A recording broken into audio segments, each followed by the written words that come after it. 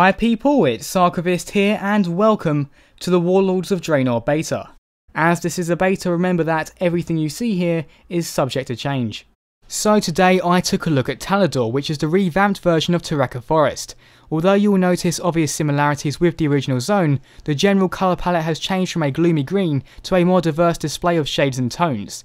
Like many of the other zones on Draenor, there are large mushrooms growing that are more than just a little reminiscent of what we saw in Zangarmarsh. In fact, it seems that in an attempt to compensate for the loss of Zangarmarsh, which is now by the way the Zangar Sea, we now have small doses of mushrooms all across Draenor. Another thing to note about Talador is that it's located right in the centre of Draenor. Being in such a convenient spot, it might be worth setting your hearthstone here. In the zone we see many enemies old and new. These giant hippos seem to be fairly common around Talador's lakes and rivers. On the other hand, the Shadow Council's demons are present across the zone, especially surrounding Shatra City. Speaking of which, it doesn't seem to be possible to enter the city at the moment, which is a shame because it would be great to see an updated version of the Burning Crusade capital. Similar to Shatra, Alkindune has also been updated, but yet again I was unable to enter.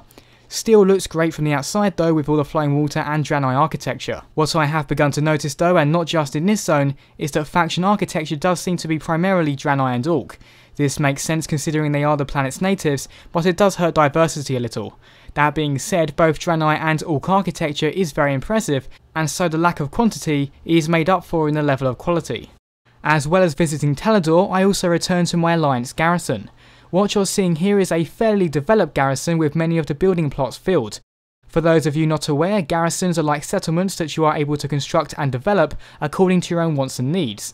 Therefore the garrison belongs to you.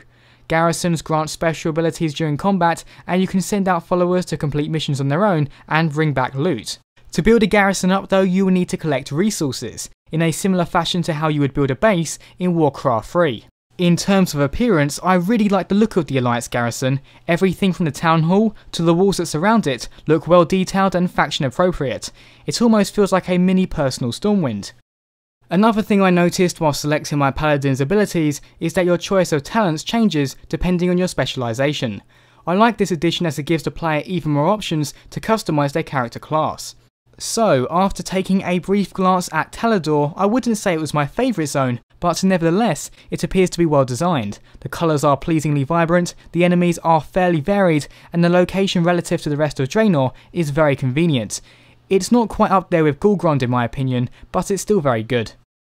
Finally, we now know the game is coming out November 13th, and by the way, if you haven't seen the new cinematic trailer, I strongly recommend giving it a watch. If you would like to see more of the Warlords of Draenor Beta, you may want to subscribe to my channel Archivist42. As always people, thanks very much for watching and see you next time.